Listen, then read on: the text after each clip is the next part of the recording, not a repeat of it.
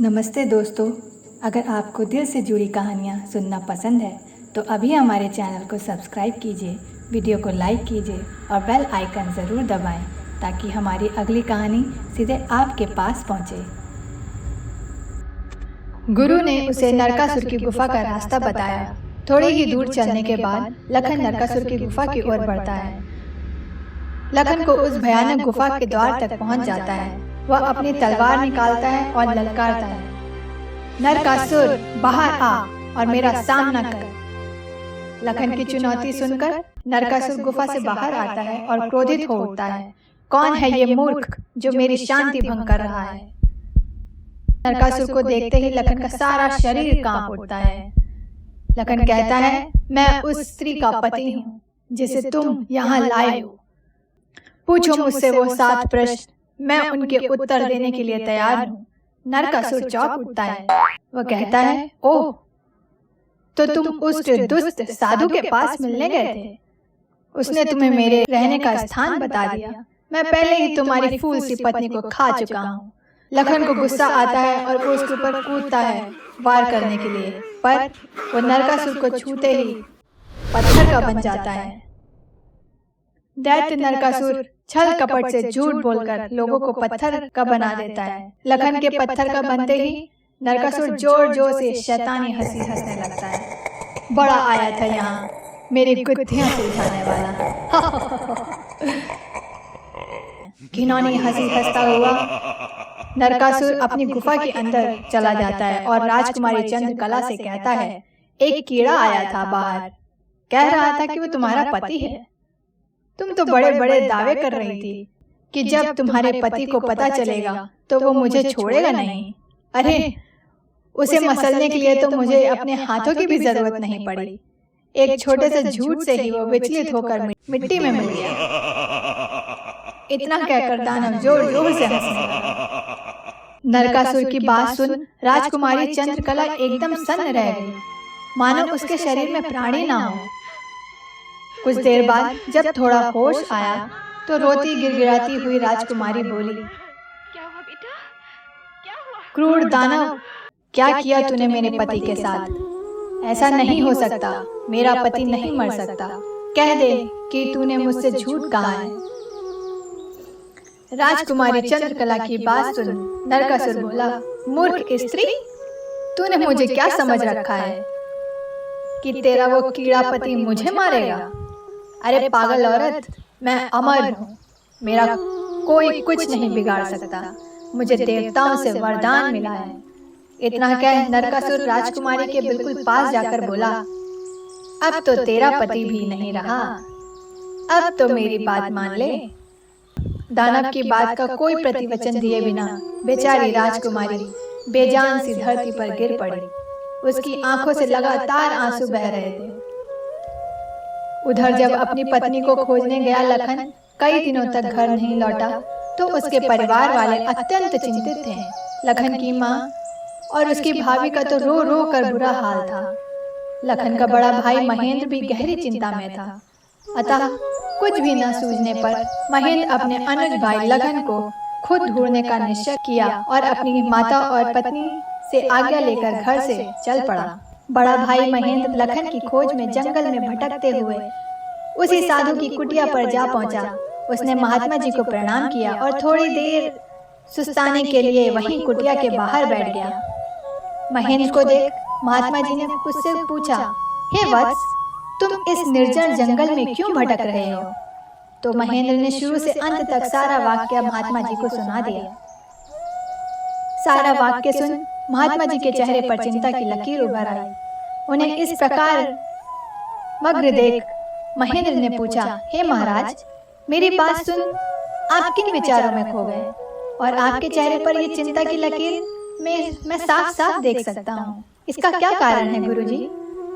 महात्मा जी ने गंभीर स्वर में कहा, हे वत्स, मैं तेरे भाई लखन को जानता हूँ। वह भी मेरे पास आया था और उसने मुझे सारी बात बताई थी कि कैसे वह राक्षस उसकी पत्नी को उठा ले गया।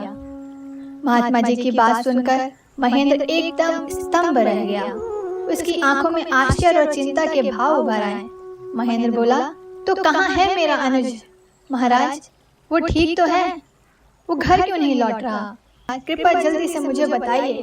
तो साधु जी लखन के उनके पास आने से लेकर दैत्य नरकासुर के पास जाने तक का सारी बात बता देते हैं। सारी बात सुन महेंद्र महात्मा जी के चरण पकड़ लेता है। हे महाराज, कृपया मुझे बताइए आगे क्या हुआ? तब साधु बाबा गंभीर स्वर में बोले, हे वत्स, आगे वही हुआ जिसका मुझे पहले से ही भय था। मैंने लखन को जाने से पहले बार बार समझाया था और उसे अच्छी तरह से ही उस दुष्ट दानव की शक्तियों से के बारे में भी बताया था, पर उसने मेरी बात नहीं मानी और अपनी पत्नी को बचाने के लिए उस दैत्य के साथ जाके भिड़ गया। फलस्वरूप उस धूर्त दानव ने छल कपट से उसे भी पत्थर बना दिया। इतना ही सुनते महेंद्र का चेहरा एकदम से पीला पड़ गया और हलक सूख गया। कुछ दिन पहले ही तो उनके पिताजी उन्हें छोड़ के चले गए थे और अब उससे जान से भी प्यारा उसका छोटा भाई लखन भी पत्थर बन गया। उसकी हालत देखकर महात्मा जी उसे सांत्वना देते हुए बोले, बेटा, अब क्या हो सकता है? होने को कौन टाल सकता है? महेंद्र तो जैसे के तैसा ही रहा। कुछ देर तक वहां घोर सन्नाटा छा गया। कुछ टाइम बाद यह महेंद्र बोला, हे महाराज, अब आप ही मेरी मदद कीजिए और मुझे रास्ता दिखाइए जिससे मैं अपने छोटे भाई को मानव रूप में लौटा सकूं। महात्मा जी बोले, बेटा, ऐसा कोई रास्ता नहीं है। जैसा कि मैंने बताया, उस दुष्ट दानव को 7 गुत्थियों का जवाब देना ही इस समस्या का एकमात्र उपाय है। कोई व्यक्ति जब उसके सभी सवालों का उत्तर देकर उसे पराजित कर मृत्यु के घाट उतार देगा, तब तुम्हारा भाई लखन ही बल्कि उस मक्कार दैत्य द्वारा शापित किए गए सभी जीव अपने वास्तविक रूप में लौट आएंगे। महेंद्र बोला, महाराज, आप तो सर्वशक्तिमान हैं, फिर आप ऐसा क्यों नहीं करते? महात्मा जी बोले, बेटा, बेशक उस पापी दानव के सभी सवालों का उत्तर दे सकता हूँ, पर मेरी भी कुछ सीमाएं हैं जिन्हें मैं चाहकर भी नहीं लांघ सकता।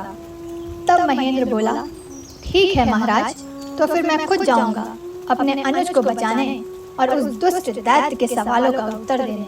महात्मा बोले, बेटा, तुम भी उसका कुछ नहीं कर पाओगे और अपने भाई की तरह उसके जाल में फंसकर पत्थर के बन जाओगे। फिर भी अगर तुम जाने का निश्चय कर ही चुके हो तो एक बात का ध्यान रखना, वो दुष्ट तुम्हें भटकाने की कोशिश जरूर करेगा। उसकी बातों पर कोई भी प्रतिक्रिया दिए बिना सीधे उससे बस उसके सवाल पूछना। महेंद्र नरकासुर की गुफा की ओर चल देता है।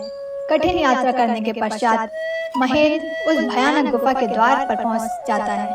हे दुष्ट दानव पहाड़ा, मैं आज तेरे सभी सवालों का जवाब देकर तेरा काम तमाम कर दूंगा। महेंद्र की बातें जब नरकासुर सुनता है, गुस्से से लाल पीला हो उठता है। गुफा से बाहर आकर दहाड़ने लगता है, अब कौन मूर्ख मेरे हाथों से मरने आया है। उसकी दहाड़ इतनी शक्तिशाली थी कि पूरा जंगल थल्ला गया।